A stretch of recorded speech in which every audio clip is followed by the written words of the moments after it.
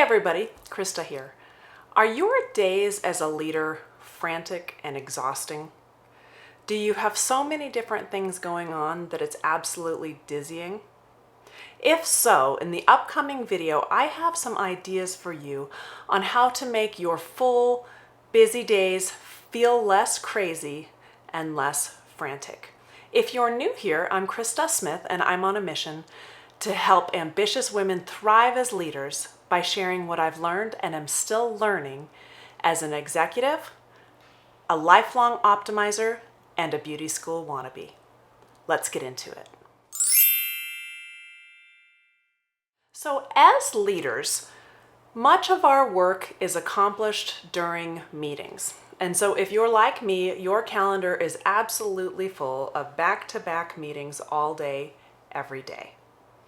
This in and of itself can be completely exhausting.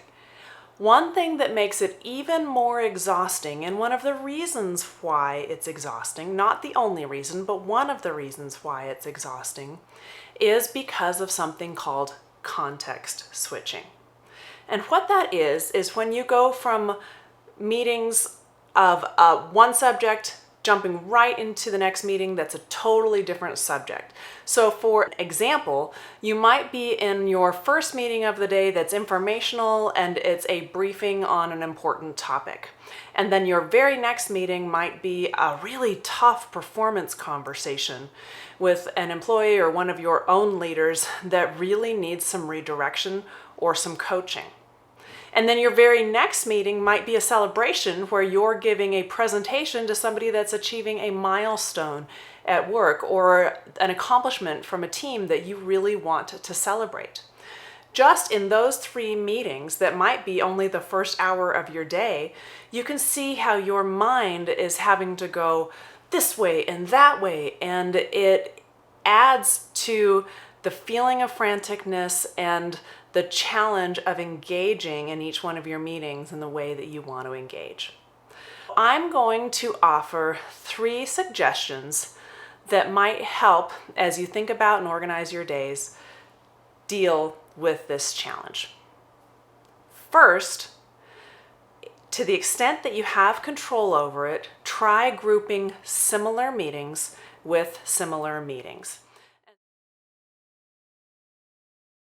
So one of the types of meetings where you might have more control than others are the one-on-one meetings that you have with your direct reports.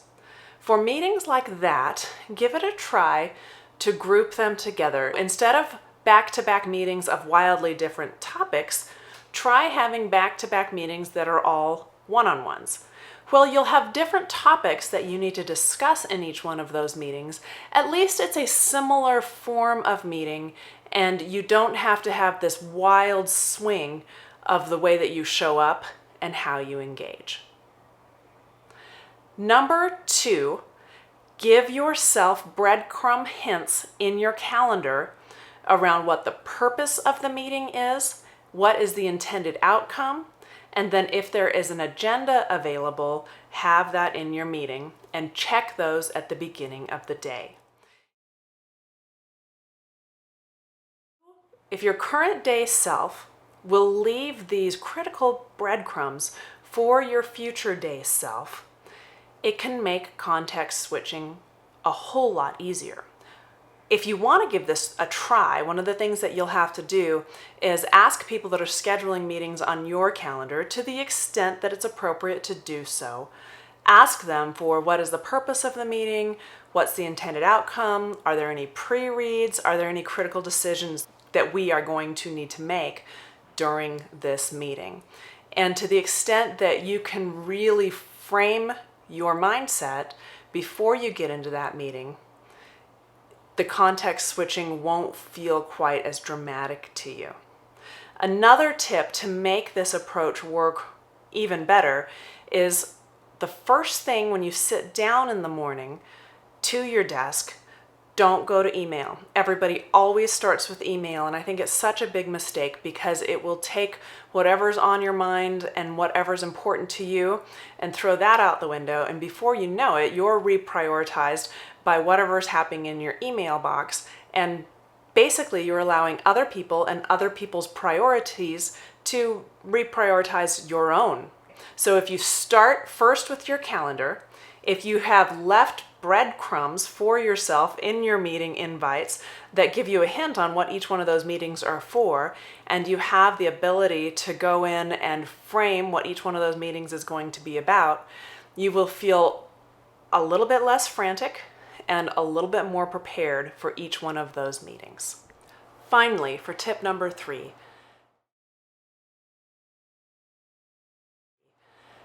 try to leave a little bit of space between meetings. If you need travel time, make sure that you have enough travel time. If you are doing video conferences and the meetings are truly back to back with 0 time in between, try to put 5 minutes, and for longer meetings, even 10 minutes. That'll allow for bio breaks, to refocus, to recenter, and to be able to make a choice on how you go into the meeting. And that, deciding how you're going into the meeting, is my final bonus tip.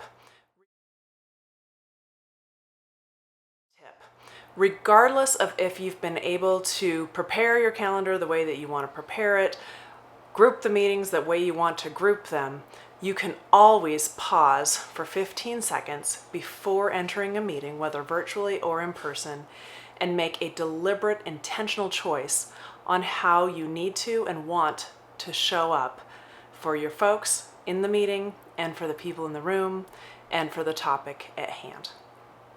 With that, I hope that you find this content helpful. I would love to hear how you manage context switching and how you make your days more manageable. Please let me know other topics also that you would like us to discuss. If you like this content, hit that like button, subscribe to my channel, hit the notify bell so that you get notified anytime I drop new content, which is every Friday at 6 a.m. Also, for the ladies that you love in your life and the other leaders, if they might find this content helpful, please share it with them. And with that, have a great week.